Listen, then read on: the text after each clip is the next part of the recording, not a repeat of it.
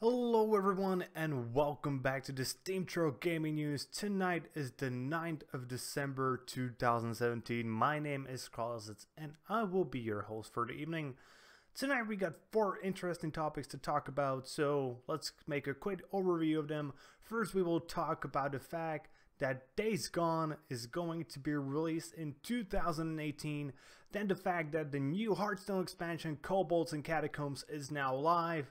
Then the fact that the Game Awards actually forgot to include one of the awards inside their ceremony, and then that a new Lord of the Rings trading card game, well, not trading card game, a living card game has been announced.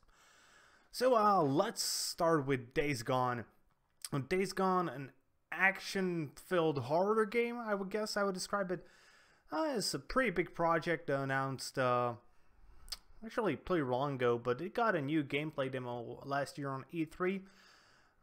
It's going to be released in 2018. We don't have any concrete date for when exactly it will be released, but even the fact that it's going to be released in 2018 is quite a nice thing, because a lot of people were afraid that because of the game's size, the fact that it is an open world game and includes a pretty substantial weather system, that it might get pushed into 2019. But luckily that isn't the case. Sony's worldwide studios Shuhei Yoshida was pretty happy to talk about this at the PlayStation Experience 2017. So they revealed that the development is going pretty well, just doing some minor tweaks here and there and polishing the game to be ready to release in 2018. I'm actually going to guess this is purely speculation, yeah, by the way. No real information on my side. I'm just going to guess the release is going to happen in the second quarter of 2018. But otherwise, there really isn't much new to talk about this game. You know, it's just you ride on a motorcycle, you shoot stuff, you know, the general action sort of thing. The pretty much most interesting thing is the weather system that makes some of the beasts that you will be fighting, called freakers, stronger, and also influences how your motorcycle handles. I really want to see that system, and I'm hoping the game will eventually be coming to the PC as well. Right now, it is being developed as a PS4 exclusive, but you know, game developers these days, maybe just a timed exclusive. We don't really know much. So secondly, let's talk about a Kobolds and Catacombs expansion for Hearthstone. So this got finally live yesterday here in Europe, and I gotta say, it's an interesting expansion. I haven't played much else than one arena game and a few dungeon runs. The dungeon runs are actually quite fun. They're actually great for couch gaming with your friends. There are no real rewards. There's no cost for the mode, let's call it. Yeah, it's a mode, but no, it's quite fun.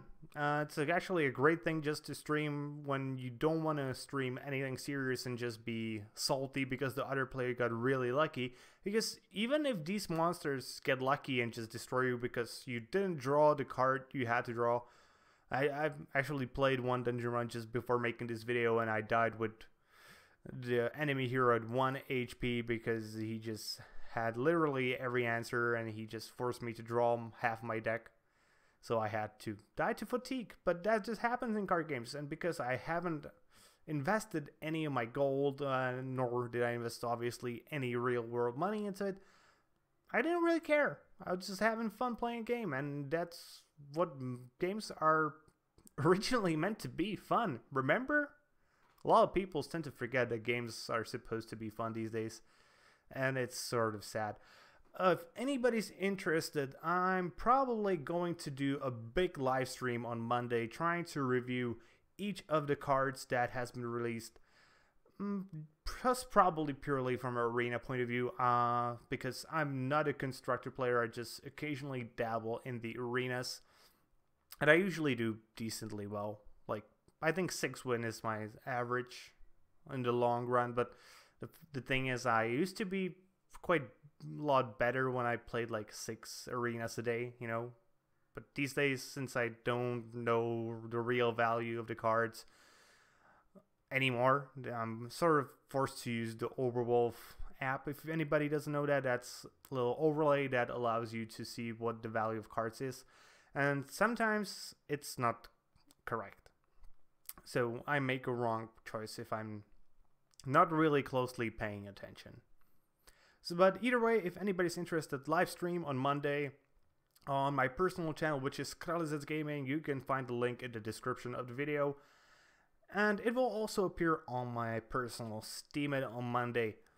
Okay, next up, let's talk about the Game Awards.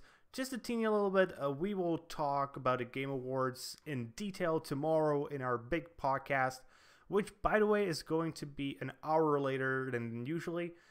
But the thing we're going to talk about is the fact that they forgot to give out one of the awards. How did that happen? I have no idea. I guess they just forgot. The award that they forgot to give out was for the best multiplayer game of the year, and it was supposed to go to PlayerUnknown's Battlegrounds. Unsurprisingly, pretty much, was the game I was sort of assuming the award would go to.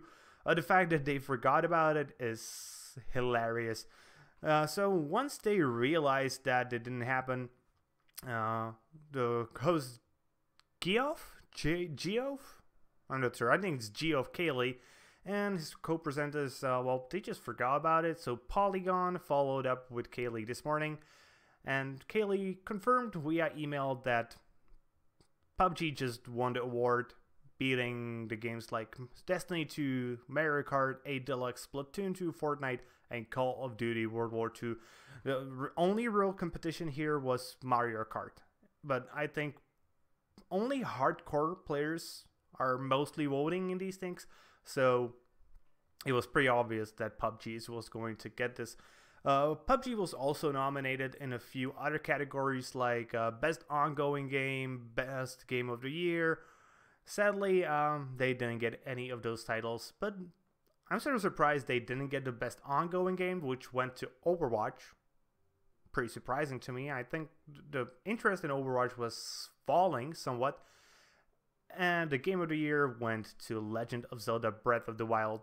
That category was just filled with good games, pretty obviously. That's why it's called the Best Game of the Year. So it was anybody's guess there.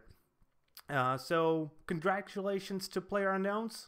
Hopefully next year they will not forget about you, because I'm pretty sure next year the Best Ongoing Game title will be going to you if you manage to keep the quality of your game as high as it's been so far. And lastly, let's talk about a new card game coming to the market, this time from the tabletop giant Fantasy Flight, and it's going to be the Lord of the Rings living card game.